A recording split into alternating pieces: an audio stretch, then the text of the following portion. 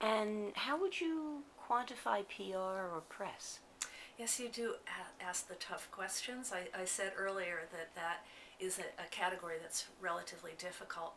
What marketers or PR professionals have traditionally done in the past is known as counting clips. There are other ways to put it, but you hire a clipping service and count the number of times your company was mentioned in the press. And then some refinements to that can be and have traditionally been evaluating the quality of the mention, whether it was on the front page, for example, or whether its tone was positive or negative or neutral. And I would again call that an activity-based metric, and it served the PR world very well.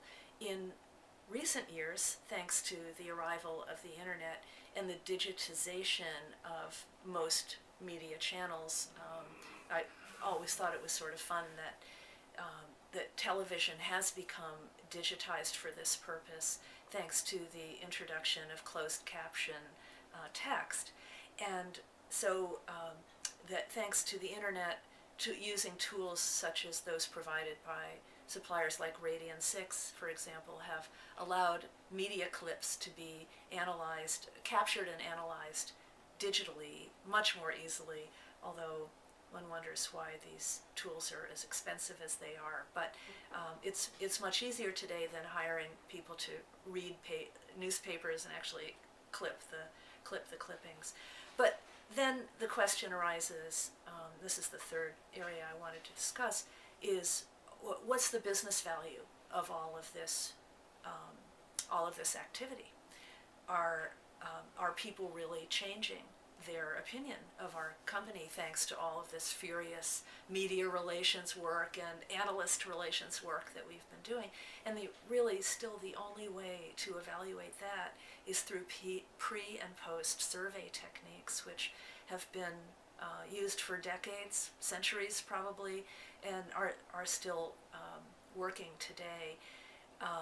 I did hear that there are some press releases that are designed to elicit some kind of response in the not only among the journalists but actually among the end readers, that by including some kind of unique URL or 800 number that one hopes the journalist will include in the story, and the responses that come from that might be measurable, countable, and that might be a more results-oriented metric, but it's still difficult. So it's sort of a next step to quantifying PR. Social media, as it applies to B2B, likes, all of that, how does that come into play? Right. It's quite interesting recently because social media has been around for several years now. It's starting to show some signs of maturity, thank goodness, so that we as marketers can, go beyond the hype and really start turning this into a medium that we can count on. It might be more predictable and more scalable, but it will always have PR-like characteristics, meaning there are areas of social media that we simply can't control the way we can with paid advertising. In the B2B world, where marketers are netting out, at least today, is that we need to be thinking about social media pretty much the same way we do with PR, meaning we want to harness the media channels for building awareness, for extending our reach, for motivating existing relationships to retweet or to share and otherwise bring in new prospects to our community. But the biggest application still is a combination of customer acquisition in the form of including an offer, a call to action, and a dedicated landing page through social media. And I think even better established is the role of social media in relationship nurturing and deepening.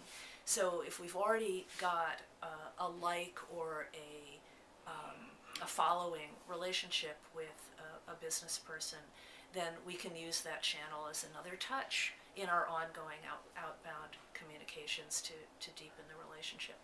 So that says, well, how do we then measure those results? And to begin with, the number of likes and followers is the place to start. But I would also urge people to try to connect that relationship to an actual purchase at the end. And the way that has been done for decades in the B2B world, because of the multi-touch, multi-channel nature of business-to-business marketing, is through a technique known as data matchback, whereby you look at all the touches that you by which you interacted with the prospect. You look at who actually bought, and you compare those data points. Usually in business to business, it's at the account level versus the individual actor level, and then you compare. Then it becomes a political hot potato internally, because if you said, all right, company X bought our product, the marketing department had this many communications with company X, you can't be saying we in marketing drove that sale, because the sales force, which is actually closing the business, is going to say, hey, we're the ones who closed that business. And because marketing is in a support function, a support role compared to sales, the better, more politic way to discuss that connective tissue is to say, sort of like in sports, we had an assist, or we were helpful in deepening the relationship and motivating the conversion to sale. Ruth, what are buying signals? Yeah, thanks to the arrival of the internet, which I shouldn't even say the arrival anymore, but the availability of internet communications now, the complexity that I described earlier in business to business of multiple parties, evaluating products over long periods, and eventually getting to a purchase decision, the visibility into that process in an account in the old days was done through a salesperson. So a salesperson would get the idea, maybe hear it on the golf course or wherever, that a certain company was thinking about buying in that salesperson's category, and would start hounding the company by making calls, trying to build relationships, trying to understand who's doing what to whom, where they are in the buying process. Today, some of that can be made more visible thanks to the internet.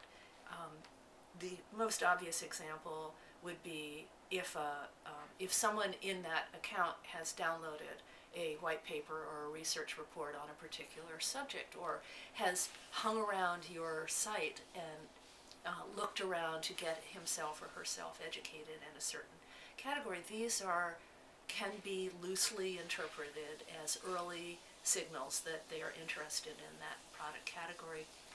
This is why, for example, the whole IP address identification business has sprung up in the last couple of years, focusing 100% on B2B, but because it doesn't work in consumer, but the IP address of a visitor on a browser to a corporate website can be tracked back to the domain name and thus the corporate identity of the visitor. And that can then be married, and there are several companies that offer this service, married to publicly available data about the parties involved or parties working in that company, their contact information, their email addresses, their titles, and so forth. And the person who has, the website owner who has figured out that, there were 5 visits from GE to my website in the last week. They've taken these actions, they've looked at these pages, they searched on this keyword to get to me in the first place. This information can be used to start, understanding that there's some potential buying in development at that particular account. One question that, of course, immediately arises is, what does the website owner do with that data? How do you take action on it? Do you call into, in my example, General Electric and say, hey, I work for X, and we see that people from your company have been nosing around our website? You certainly don't do that. But there are other outbound actions that you could take, possibly calling in and inquiring in the category. Do you have a need in this category, and see if that relationship can be established in a less anonymous way.